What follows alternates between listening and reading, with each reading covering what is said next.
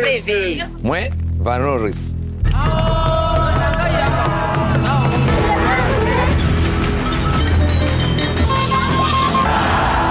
Орел и Решка снова отправляется в гости к самым удивительным землянам.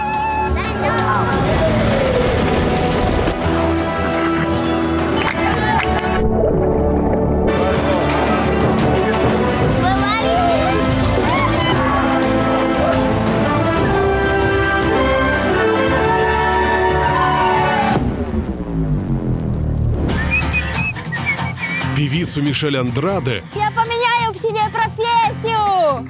и блогера Кирилла Макашова Двухметровый красавчик, ну. ждут новые приключения и невероятные знакомства. Что она за мной ходит? Еще больше. Еще больше. Еще больше. И еще больше невероятных землян.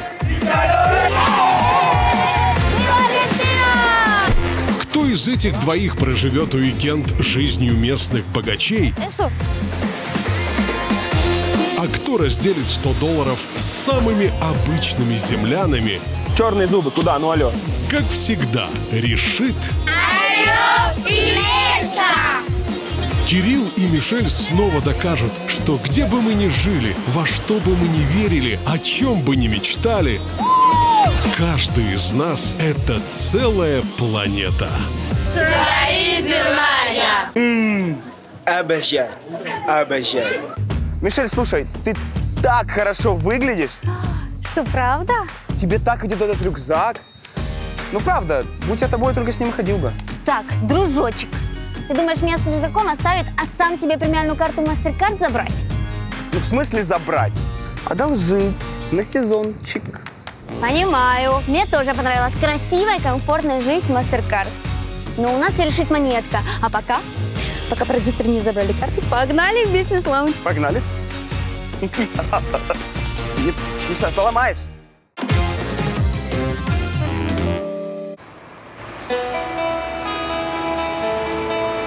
Паспорт в самолете не забыла? Нет. А то я думал, больше тебя не увижу. Всем привет, это Орел и Решка. Земляне! И мы прилетели. К аргентинцам. Молодец. Чтоб было понятнее, на родину Месси. Вот. И Диего Марадоны. И он тоже, да. И вот эти ребята, которые вот так делают. Это Вот что это было? Это аргентинская танго, Миш. Ого, вот это Ого. у тебя аргентинская... Ого, вот это мне познания Танго. твои в танцах расстраивают, Миш. Ага. Ну что, посмотрим хуйску. Давай, Орел. Решка.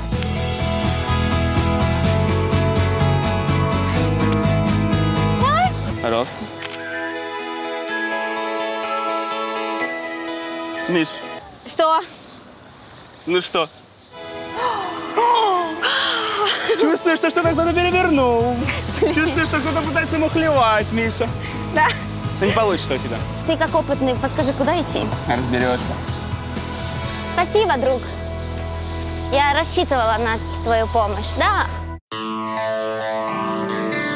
Аргентинец для нас — это такой себе жгучий черноволосый мачо, который одной ногой играет в футбол, второй танцует танго и при этом поедает сочный аргентинский стейк. И пока местные не закидали нас мечами за все эти стереотипы, Dale, camina porque está vacinada. Срочно отправляемся на родину Че Гевары и Марадоны, чтобы увидеть, услышать,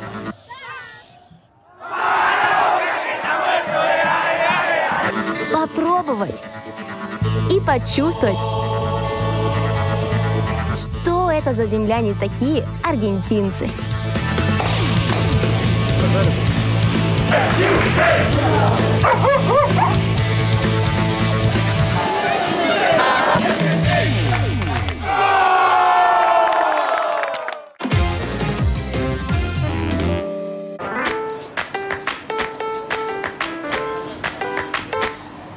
Ну и что я с рюкзаком? Вообще, я вам такие секретики расскажу сейчас, что просто ни один Кирилл не сделает это.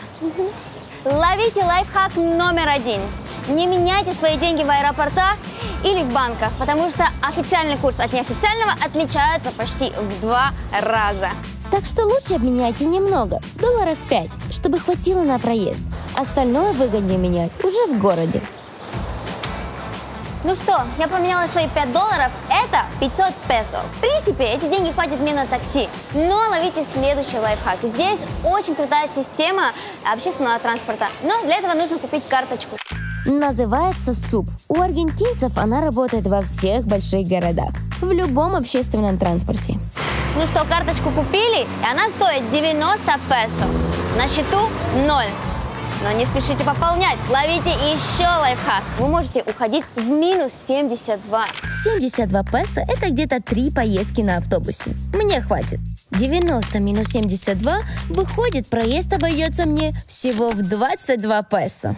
Так что экономим вместе с Мишель Андраде. О, это тоже в центр. Это наш. Отлично! С пустой карты списала 20 песо.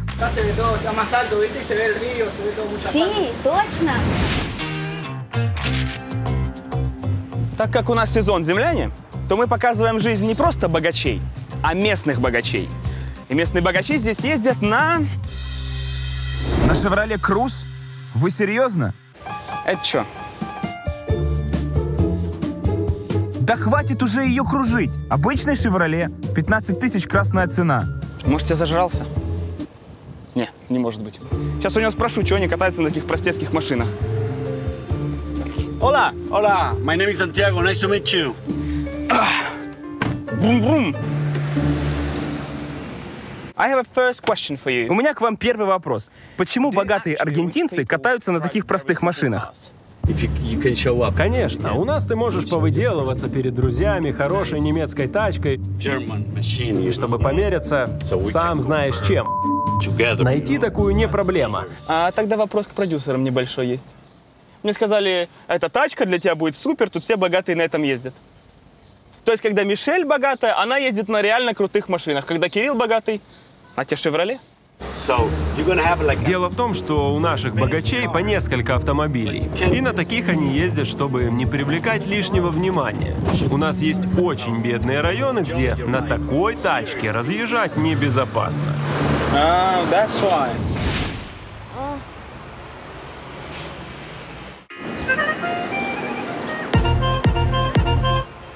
Буэнос-Айрес – лучший город для знакомства с аргентинцами. Это самый густонаселенный город страны. Представьте, если бы в нашем Киеве жило еще 3 таких же Киева.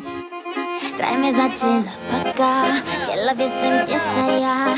Tú y yo vamos a bailar, sé que esto te va a gustar.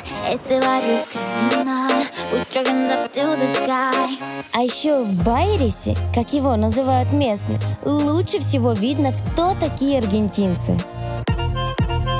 Это нация мигрантов. 90% аргентинцев – дети иммигрантов. Мы перекресток рас. Pero Argentina. Ya, ¿y sus antepasados? De Italia. ¿Y sus antepasados? España. De España. España e Italia. А еще здесь живут немцы, поляки, французы, японцы, украинцы. 100 лет назад тогдашние аргентинцы посмотрели на свою страну и поняли, что у них очень много плодородной земли, но вообще нет людей, чтобы ее обрабатывать. И Аргентина стала заманивать людей со всего мира. Иммигрантам бесплатно давали земли для фермерства. И народ подтянулся. Сменилось уже столько поколений, что некоторые и не помнят свои корни. Так что все мы просто аргентинцы. У местных землян даже есть праздник – День иммигранта, который отмечают 4 сентября. По факту его празднует вся страна. Не зря здесь есть поговорка, что аргентинец – это итальянец, который разговаривает на испанском, думает на французском и хотел бы быть англичанином. Вива Аргентина!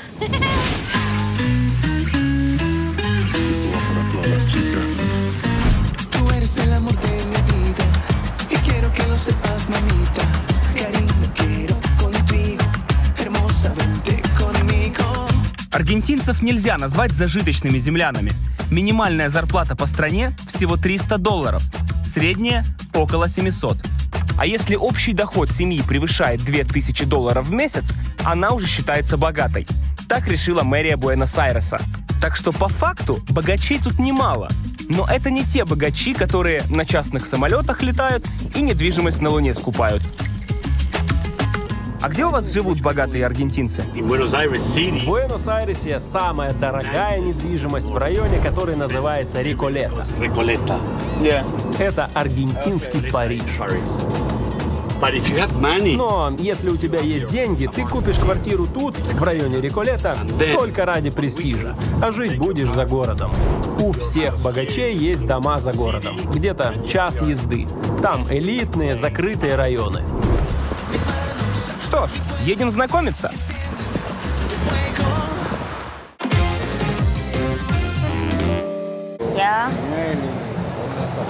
Пока я узнавала у местных, где обменять деньги... Ого, что это же шум? Кажется, у меня нарисовались дела поважнее.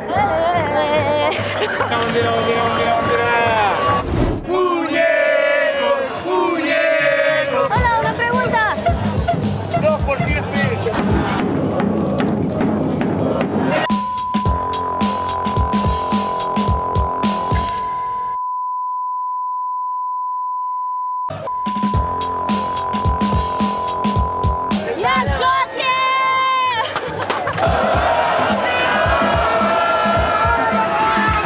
Куда вообще меня?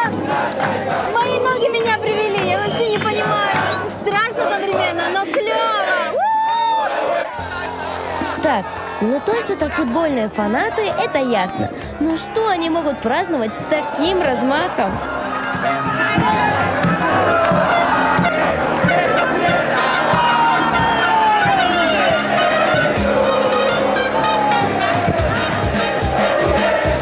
Один вопрос, сэр.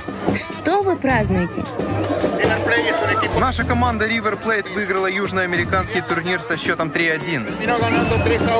Матч был 3 года назад, и теперь мы собираемся каждый год, чтобы отпраздновать это. Так, стоп, что? 3 года назад? Это был очень хороший день. Видите, нас до сих пор переполняют эмоции.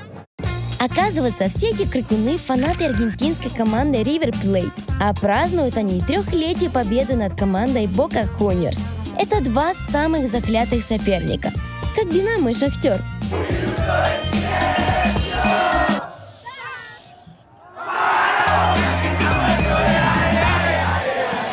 Для аргентинцев футбол – это 2-я религия, если не 1-я. А игроки любимой команды практически святые апостолы. Местные набивают татуировки с эмблемой любимой команды. С датой важного матча. Да что там, посмотрите, малыша назвали именем футболиста, который забил какой-то очень важный гол. Его зовут Иваэль Терсеро. И это еще не все. Эти земляне празднуют каждую победу своей команды и каждую ее годовщину. А кроме побед своей команды, они празднуют еще и каждое поражение главных соперников команды Boca Juniors. Что это такое? Это гроб для наших соперников.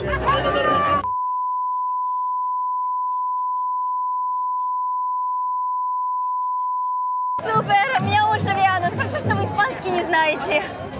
Когда мы празднуем, мы делаем это от всей души. Пусть весь город слышит.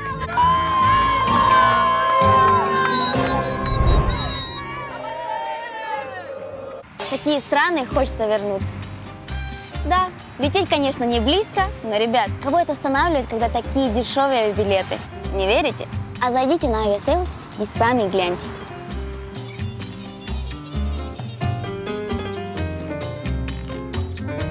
Ссылка в описании, а я надеюсь, вы в скором времени в Аргентине.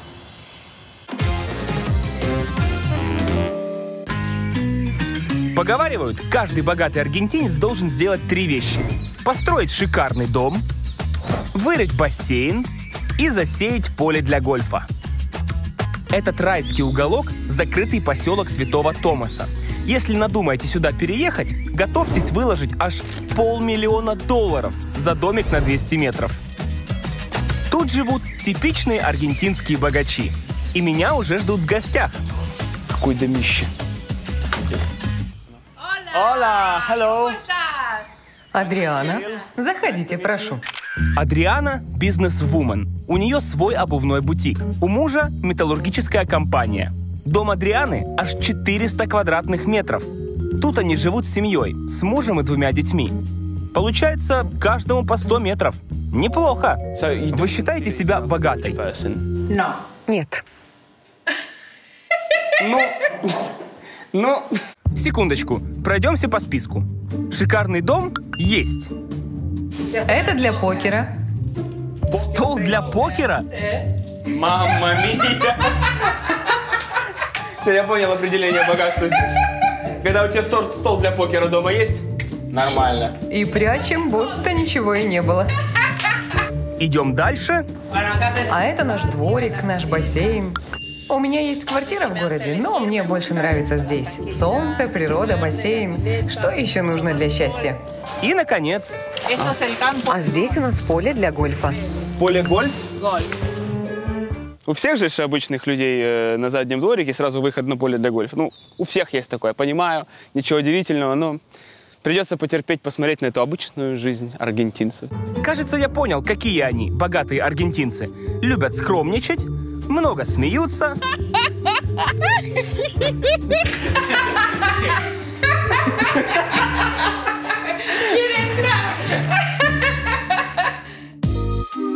И если ты видный жених, как я, тебя попробуют засватать.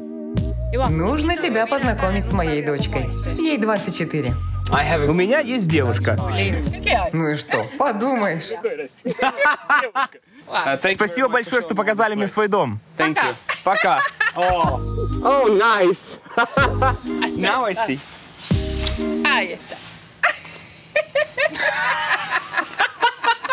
Девушка меня не поймет. Gracias. Если вам показалось, что все аргентинцы живут в таких Барби-домиках, то спускайтесь с небес на землю. Добро пожаловать в Виллу 31. Самый бедный и самый опасный район Буэнос-Айреса. Этот огромный, уродливый самострой всего в 2 шагах от престижного района Реколета.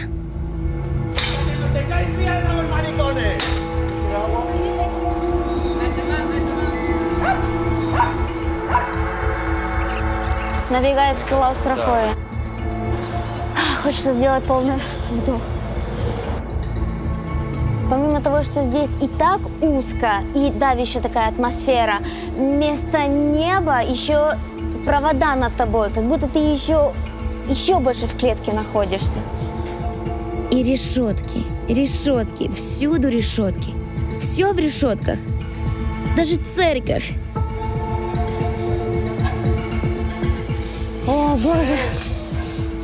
Здесь вот такие прям дома в кучку вот так друг с другом. Винтовые лестницы.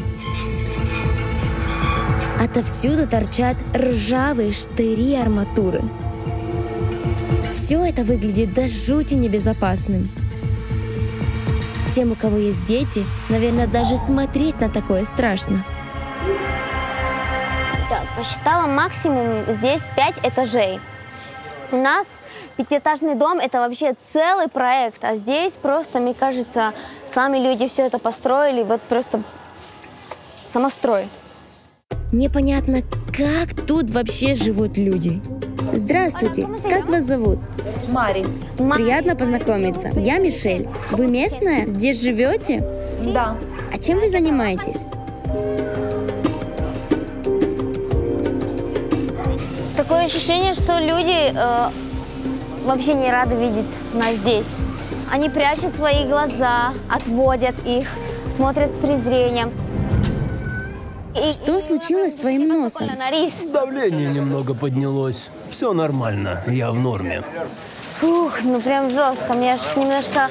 И как бы их жалко, и немножко страшно с ними общаться. Я вообще никого не осуждаю, но, блин, тут, конечно, жестко. Очень такой неблагополучный район. По-моему, первый раз в своей жизни вижу такое. Людей отсюда несколько раз пытались выселить, но безуспешно. Местных не распугала даже стройка новой магистрали. Посмотрите, как огромная бетонная дорога легла людям просто на головы. Ее построили так высоко, будто чтобы и не видеть, что там кто-то живет. А внизу аж 50 тысяч аргентинцев. Они тут будто тараканы под плинтусом. И вот смотрите, вот даже есть дома, которые настояли на своем, и им все равно, они живут прям вплотную с магистралом. Власти боятся идти на серьезный конфликт с местными. Жители Виджи-31 считают эту землю своей и готовы защищать ее до конца.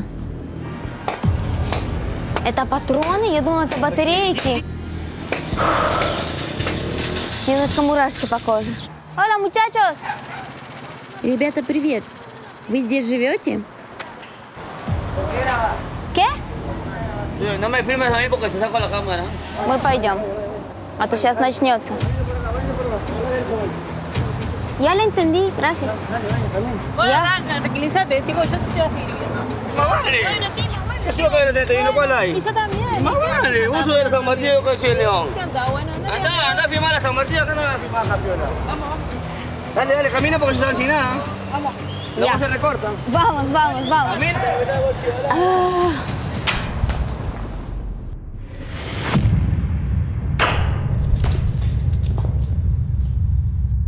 Как оказалось, я забрела в самую опасную зону района. Место, где обитают наркоторговцы и воры. Хорошо, что девушка заступила за нас, иначе я не знаю, что бы было. А ты, ё-моё, он здесь.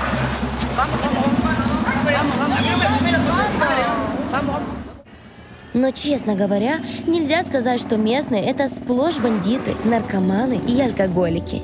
В Виджи-31 живут и те, кому просто не хватает на жилье подороже. Гастарбайтеры из Перу, студенты, уборщики, таксисты. Аренда небольшой комнаты здесь стоит $50 в месяц. Мои родители честно зарабатывают на жизнь. Я учусь.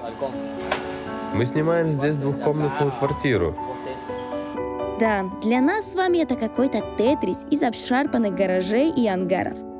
Но для этих землян это дом, и они всячески пытаются сделать его хоть капельку уютнее. Украшают вазонами, красят в яркие цвета. Это обычный район. Мы не нищие. Те, кто называют его уродливым, не правы. Район меняется. А как он меняется? У нас появилось футбольное поле. Сейчас мы даже можем спокойно играть в футбол, чего не могли делать раньше. Район становится спокойнее. Когда ты вырастешь, хотел бы остаться здесь? Да.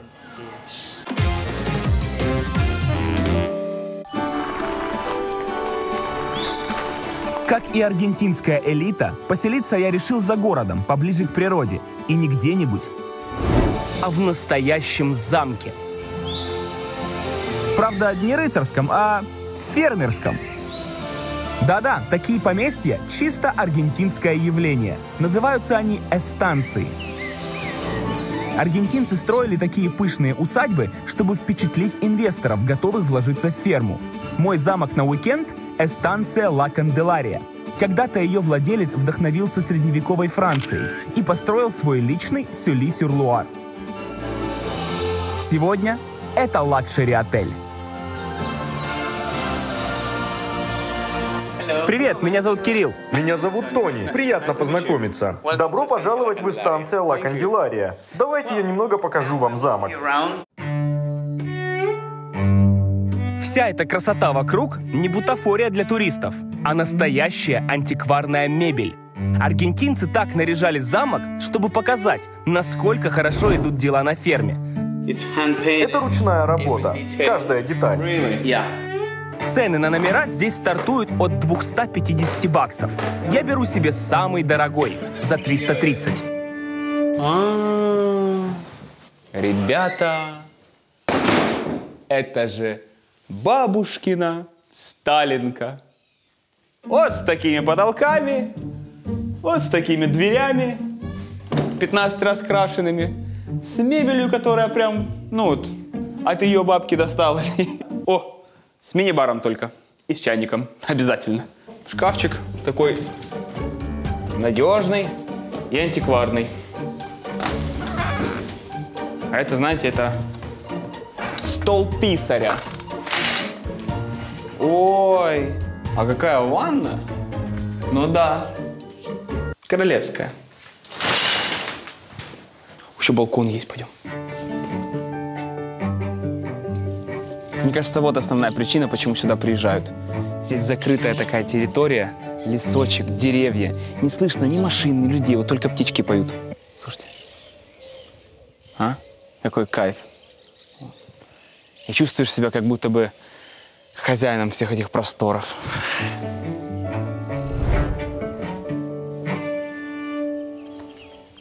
У аргентинской роскоши есть свой нюанс. За нее нужно платить. Продюсеры, а ну-ка быстренько, закройте глаза. Ну вот, не так это и страшно тратить большие деньги. А наоборот, с премиальной картой MasterCard одно удовольствие. Пару секунд, все самое лучшее у меня.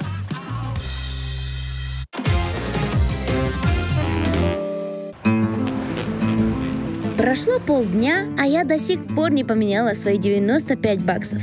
Местные сказали, что валютчиков искать нужно на улице Флорида. Здесь все на этой улице кричат «камбио, камбио, камбио». Это означает, что они хотят обменивать тебе деньги. И, кстати, их называют арболитус, что в переводе деревцы. Почему? Потому что у них много зелени. Менять деньги на камеру никто не будет, потому что это нелегально. Но я знаю, как вам все это показать. Скрытая камера. Погнали. Я иду. Фух, давай. Так, не меньше 18 тысяч. Просто, пожалуйста, Мишель, держись. Фух. Хотите деньги обменять? Sí, cambio? Gracias. У меня $95 мелкими купюрами. Да, не проблема. Пошли за мной. Я-то думала, что мне все на месте обменяет.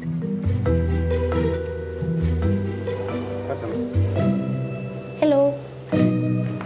Мы даем тебе 15 тысяч песо за твои $95. Но это мало. У меня $95, а по моим подсчетам я должна получить 18 тысяч. У тебя слишком мелкие купюры, они дешевле. Но у меня на 2 дня всего $100. Давайте хоть немного больше, умоляю. Ладно, даем 17. Muchas gracias. Muchas gracias. Это, конечно, было очень драйвово. Представьте себе, в банке мне бы поменяли за 9,5, а здесь мне поменяли за 17. Гуляем!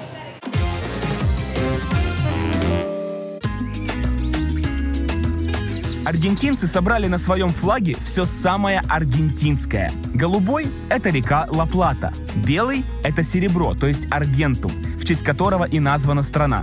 И теплое солнышко.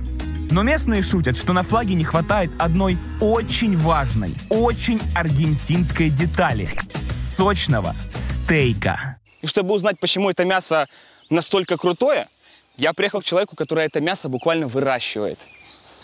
Алло. Привет, меня зовут Хуан. Хуан – владелец фермы, которая называется Касаму. Таких, как он, здесь называют гаучо – аргентинские ковбои. Когда мой отец только начинал, 40 лет назад, у него было только 4 коровы. Сейчас у нас 2500 голов. Территория фермы впечатляет – аж 1300 гектаров. Сюда бы влезло, вдумайтесь, 6,5 княжеств Монако. У нас очень популярно фермерство, а наш стейк знают во всем мире. Почему аргентинский стейк считается лучшим в мире? Самое важное, у нас в Аргентине есть ангус. Ангус – это самая вкусная порода коров. У нас идеальные условия для того, чтобы корова росла большой и вкусной. Если их не соблюдать, коровы начнут чахнуть. И у этих красоток есть свой особый райдер. Никаких тесных коровников. Просторные луга, сочная травка, солнечные ванны и абсолютно никакого стресса. Минимум контактов с человеком. Практически спа-курорт, короче. У одной взрослой коровы мясо примерно на $1500. Получается, на полях у Хуана пасется аж 3 миллиона 750 тысяч $. Сейчас мы на лошадях будем перегонять коров. На лошадках покататься. Главное не свалиться оттуда. Запрыгивай с этой стороны. Запоминайте, настоящий аргентинский гаучо должен ловко запрыгивать на лошадь, уметь бросать лассо,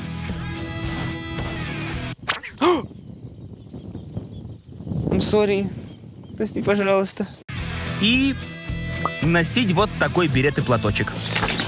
Острые козырьки. Крутые бизнесмены могут выглядеть и вот так.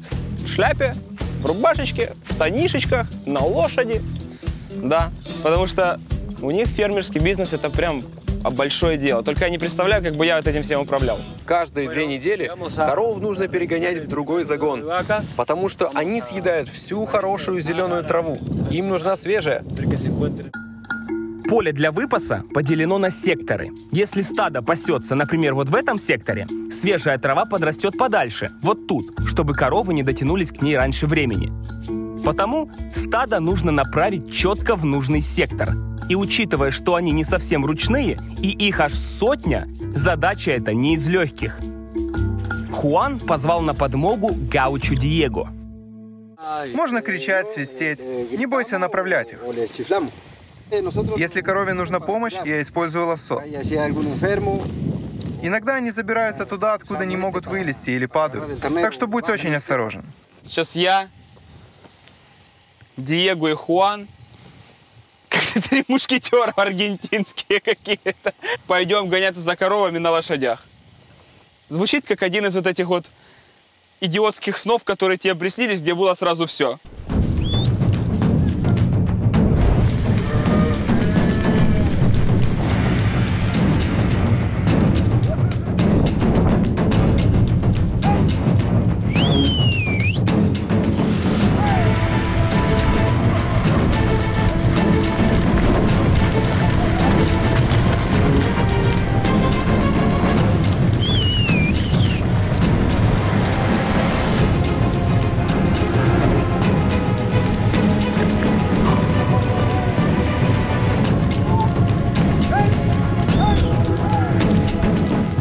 Эффектно. И не скажешь, что я просто там умираю внизу.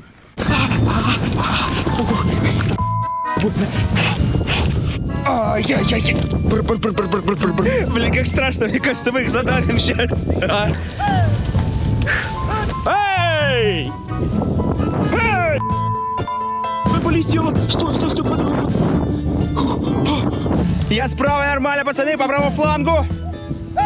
Я вообще не в ту сторону побежал, блин. Мы еще 3 коров упустили. Блин. 3 пропущенных. Моя задача, как всегда, просто не мешай. Иди рядышком. Я уже в себе все отбил. Давайте. Толкайтесь. И погнали, смотрите. Погнали. Ну, в общем, пацаны красавчики. Моя миссия была просто не мешать. У меня не получилось. Я пошел сбоку, слишком вперед зашел, и они начали разбегаться по всему полю. Диего, Хуан на подхвате, нормально было. Не хватало только еще одного 3-го нормального, а не меня.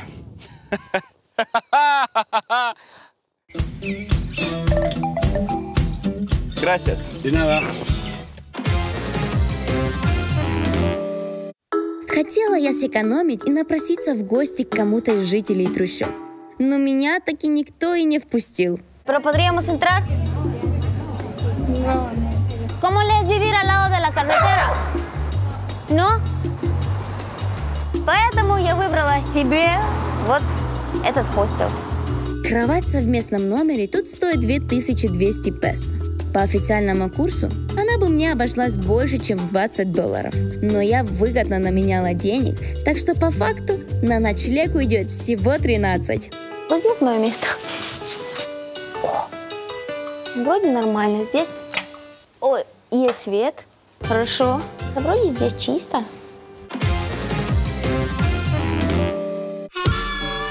Кто днем гонял стейки по полю, заслужил их наконец попробовать. Ужинать я приехал в Дон Хулио, один из самых любимых мясных ресторанов местных. Аргентинцы – страшные мясоеды, вернее, говядиноеды. По статистике, один аргентинец за год съедает аж 60 килограмм говядины. Это очень много. Для сравнения, средний украинец ест всего 5,5. Мы продаем говядину в другие страны в очень больших объемах. Но у нас покупали бы еще больше, если бы мы сами столько не ели. Мы съедаем аж 70%. На продажу остается всего 30%. Самая дорогая и вкусная часть коровы – вот это – рибай. Здесь много мелких жировых прослоек, которые тают на огне и делают волокна нежнейшими.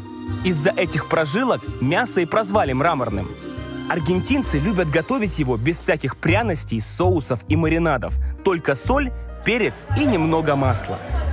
Я заказал стейк слабой прожарки – medium rare. Вот он, настоящий аргентинский стейк. Вы просто посмотрите, насколько он сочный. Подбирайте слюнки, да.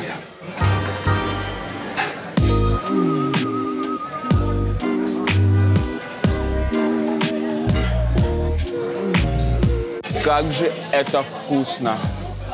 Вам просто не передать. У меня аж мурашки пошли.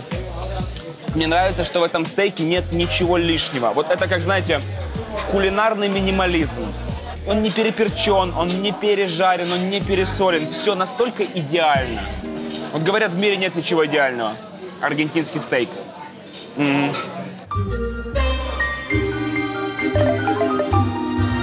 Muchas gracias.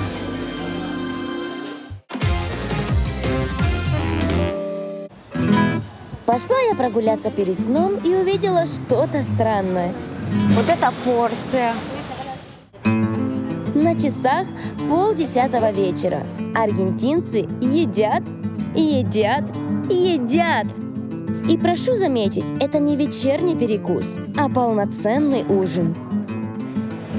Пришла в одно из самых любимых мест местных. Очередь огромная, поэтому пойдем быстро-быстро. Почему аргентинцы так поздно едят? В Аргентине мы частенько едим в 9-10 вечера. Пока все дела закончим, пока соберемся. А проблем с желудком не будет? Нет, главное кушать в меру. Меня пустили, потому что я одна, а столик не дадут. И буду кушать, как эти люди, стоя. Так что вот здесь, возле мусорника, будет мое место.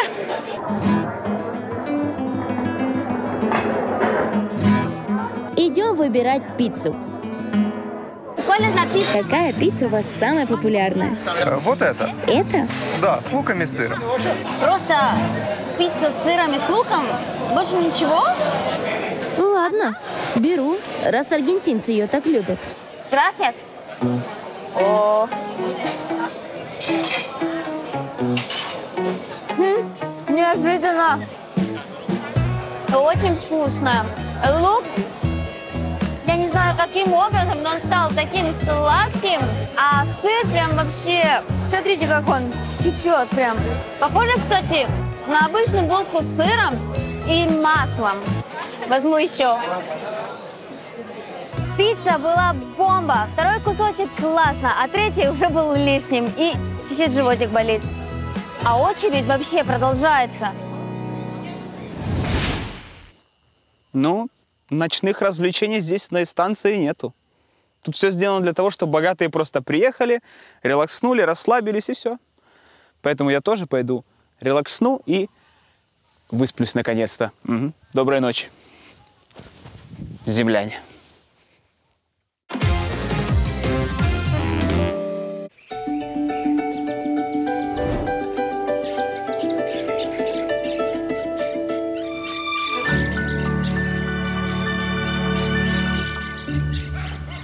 Эмигранты, эстанцы, трущобы, гаучо, аргентинский стейк. Кажется, я почти собрал портрет местных землян.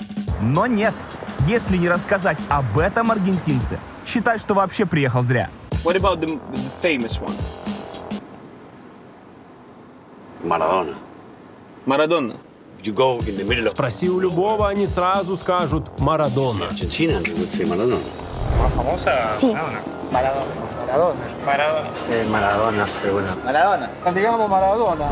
It's amazing. Это невероятно. Видишь, у меня мурашки. It's happening. Yeah, it's happening. Я не могу это объяснить.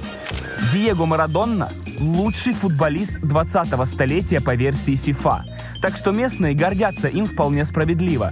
И мой вам совет – лучше не признавайтесь аргентинцу, что не видели знаменитых голов Марадонны. Парень, сколько тебе лет? Ты не видел? Не видел? Ты в Аргентине, и ты не видел гол Марадоны? Пошел вон, убирайся.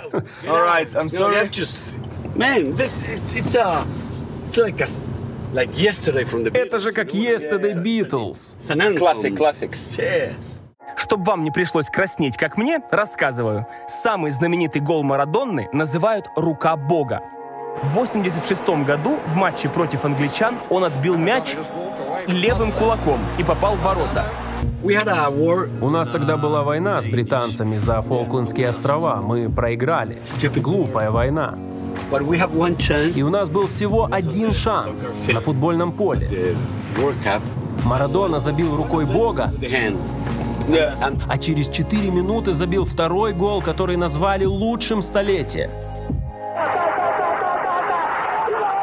Марадона был судим, употреблял наркотики и даже несколько раз стрелял в журналистов. Но аргентинцы рисуют его на стенах города с нимбом, как святого. Ставят ему памятники. Не подумай, я не безумный фанат Марадоны, просто он олицетворение аргентинца. Все его хорошее, все его плохое – это все мы. Хочешь изобразить аргентинца – изобрази Марадону. В городе Росарио есть даже, приготовьтесь, церковь Марадонны. И раз у меня золотая карта, и я могу ехать куда захочу, грех там не побывать. Погнали в Росарио!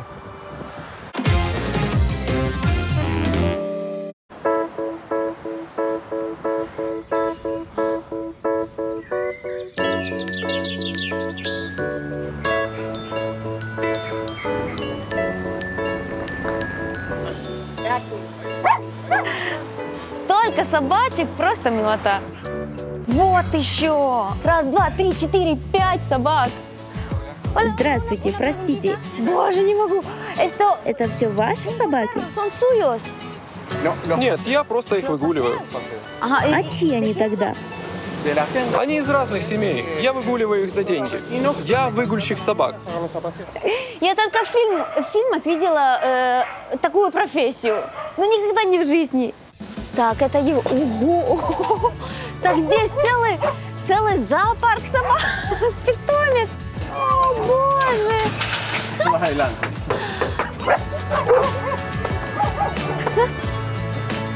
Оказывается, аргентинцы обожают собак. Выбирая себе питомца, 2/3 этих землян возьмут именно собаку, а не кошку или рыбок.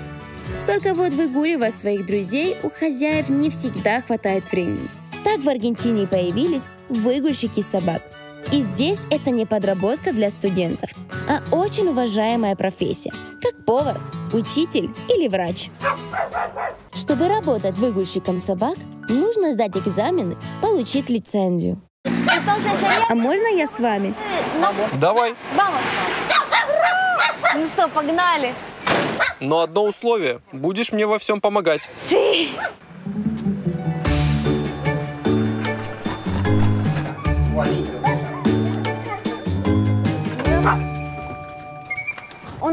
кажется, на каждом квартале, что всех собак этого района мы забираем. Да, со всего района. В день Диего собирает аж 40 собак. И так уже почти 30 лет. Ему настолько доверяют, что отдают ключи от домов и дорогих квартир. Каждое утро я собираю всех и еду в парк. Каждый день, с понедельника по пятницу. Получается, что он берет за каждую собачку 350 песо. Вот. Сейчас, подожди, Олег, помоги мне посчитать. 40 на 300. $3000 в месяц? По-моему, не там я работаю.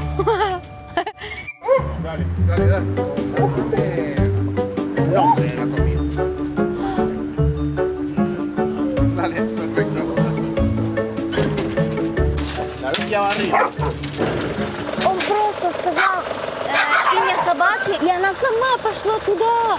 Я в шоке, какие они здесь воспитанные. Они рады, потому что едут в парк. Они это знают и ведут себя хорошо. Ага, прямо так? Ого! Они такие маленькие, но тянут меня направо и налево. Уже запутались, уже все. Ну что, погнали? О, они только слушаются его. Да. Подождите!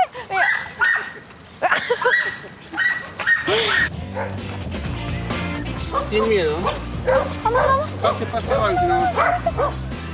А как вы их различаете? Я уже потерялась, где наши собаки. Они знают, что они одна стая и держатся вместе. Они очень умные. Ну и я помню их всех, знаю их клички. Тита, Хавьер, Фиго, Отто, Арнер. У него всегда смешной язык висит. Воронку стал на Кирилла похож. Диего ответственный не только за собак, но и за чистоту. Так что прошу отложить свои тарелки, если вдруг едите. Мне все нравилось до этой части. Ну, а где у нас какахи? Главное на них не наступать. Интересно, они теплые или не теплые? Ого, они твердые.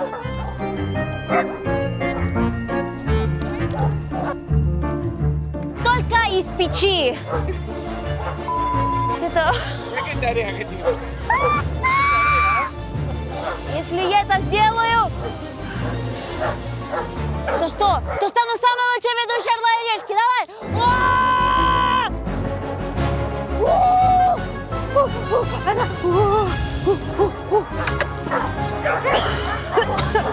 Профессия кажется очень милая, очень простая, но нет. Ты должен здесь быть аккуратным, брать ответственность за каждой собачки, потому что для хозяина собачка – это как член семьи. Я приехал в Росарио, и как бы абсурдно это ни звучало, вот церковь Марадонны.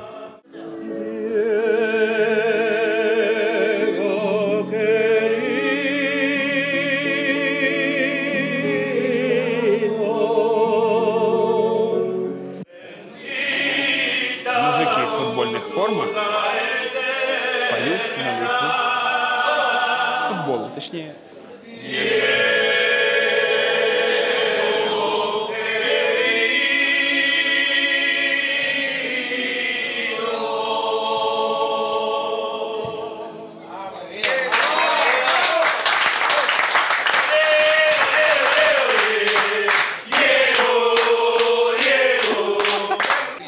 Всем привет!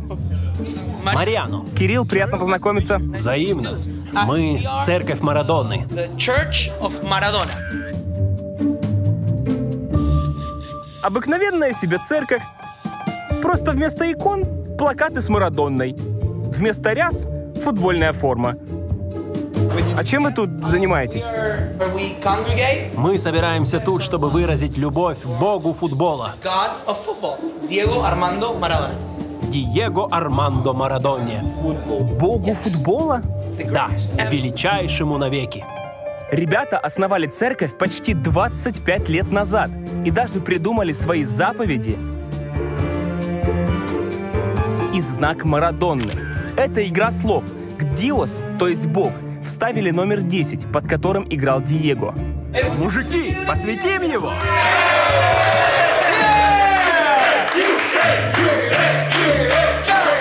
Я-то вроде как и не против, но заметьте, меня и не спрашивали. Ну, ты надел, получается, форму бога футбола? Как я выгляжу? Please. Как я выгляжу? Хорошо? Спасибо большое. Very much.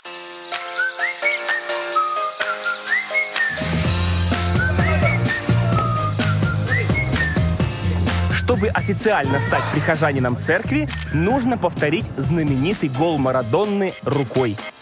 Ты должен подпрыгнуть. Вот так. Я объясняю, помолчите. Ты должен подпрыгнуть. Да замолчите же. Ты должен подпрыгнуть вот так, с рукой, забить. И после этого мы будем праздновать и посвящать тебя в церковь.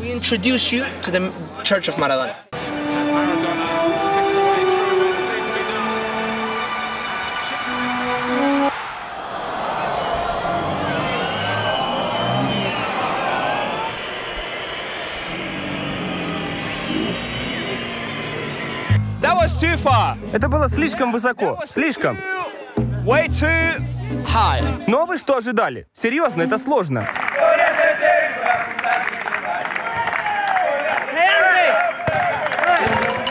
Они называют тебя Шевченко. Вперед, Андрей! Скажите, пацаны. You stay there. Maradona flicks away through where there seemed to be none.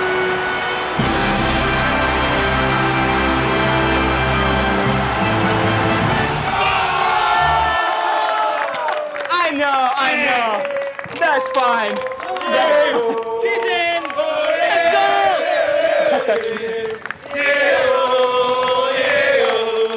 Андрей, если смотришь, мы нашли игрока лучше тебя.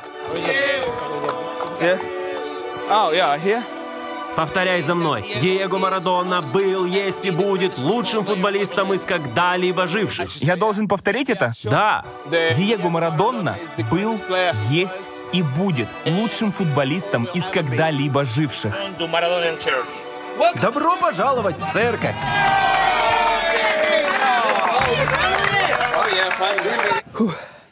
Ну так это происходит, ребят.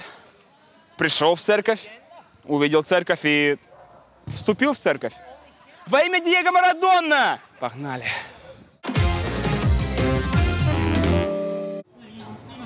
Есть стереотип, что все аргентинцы танцуют аргентинское танго. Так вот, это не стереотип.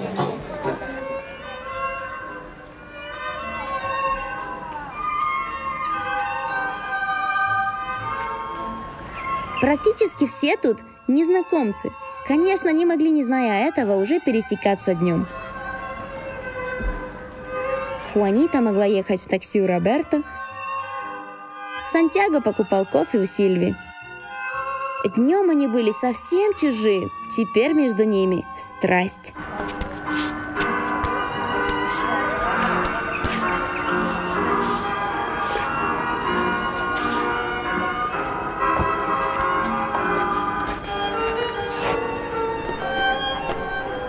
Такие вечера проводят чуть ли не в каждом районе Буэнос-Айреса. Кто-то сюда приходит, чтобы снять напряжение после тяжелого дня, кто-то знакомится, а для кого-то танго – повод как можно дольше не стареть. Танцуете? Да. Когда почувствуешь, что я прикасаюсь к тебе ногой, ты должна завести ногу назад, чтобы уступить мне. Давай начнем. Не спеши, жди меня. В танго ведет только мужчина. Давай в эту сторону. Молодец. Теперь вот так. Он мне все здесь объясняет. Я прям все чувствую. Класс.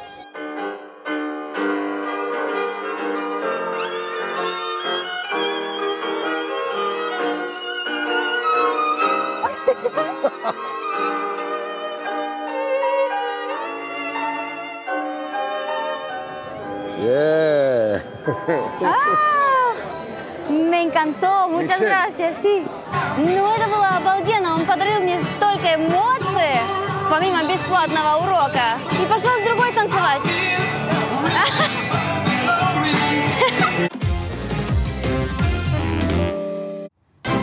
Ребята, прячу для вас заветную бутылочку со 100 баксами в теплой Аргентине, чтобы вы провели незабываемые выходные. А как менять 100 баксов, вам уже Мишель рассказала. Заветный клад ищите в парке у площади Сан-Мартино. Поднимайтесь по ступенькам к монументу. Первый куст слева ваш. Удачи!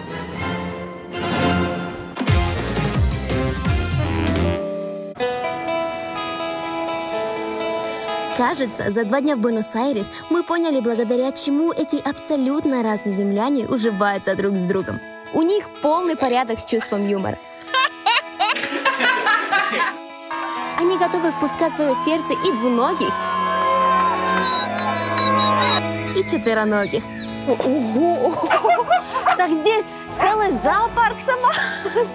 Одни чилят на полях для гольфа, другие прячутся за решетками трущоб.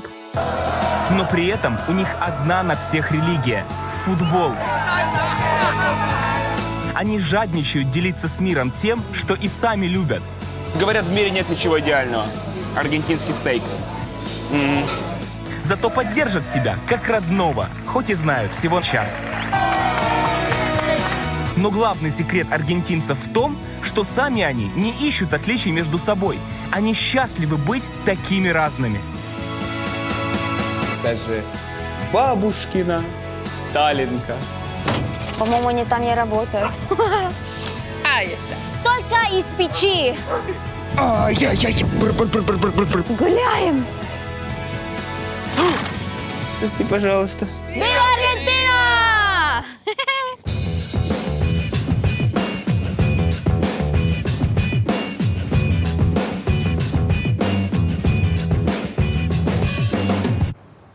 Ты его так держал? Вот такого. Колорадо у него. Так держал его? Держался и ехал. Привет. Прости, в неожиданном положении ты меня застала в этот раз. Как ты? Как тебе сказать? Расстроен, потому что не могу их нормально охарактеризовать. Вот ты приезжаешь в гости к латиноамериканцам, к аргентинцам, да? Да. А чувствуешь себя в гостях у европейцев. Это как? Ну или у американцев. Я тебе объясню все. Просто каждый может стать аргентинцем. Даже я? Да, даже ты. Главное просто, чтобы у тебя была латиноамериканская душа и европейские повадки. Все. Спасибо, Аргентина, и нашим этим землянам. За то, что приняли нас так тепло. Да, и увидимся у следующих. Землян. Да? И там будет так же тепло. А может и жарко, кстати, да? Пока! Пока! Ты как сказала, ты говоришь, аргентинцы А я говорю, что нам может... надо быстрее оттуда, потому что я знаю, здесь Аргентинцы могут райончики стать все. каждым. Хорошая фраза, мне понравилась. Слова великих Мишелей.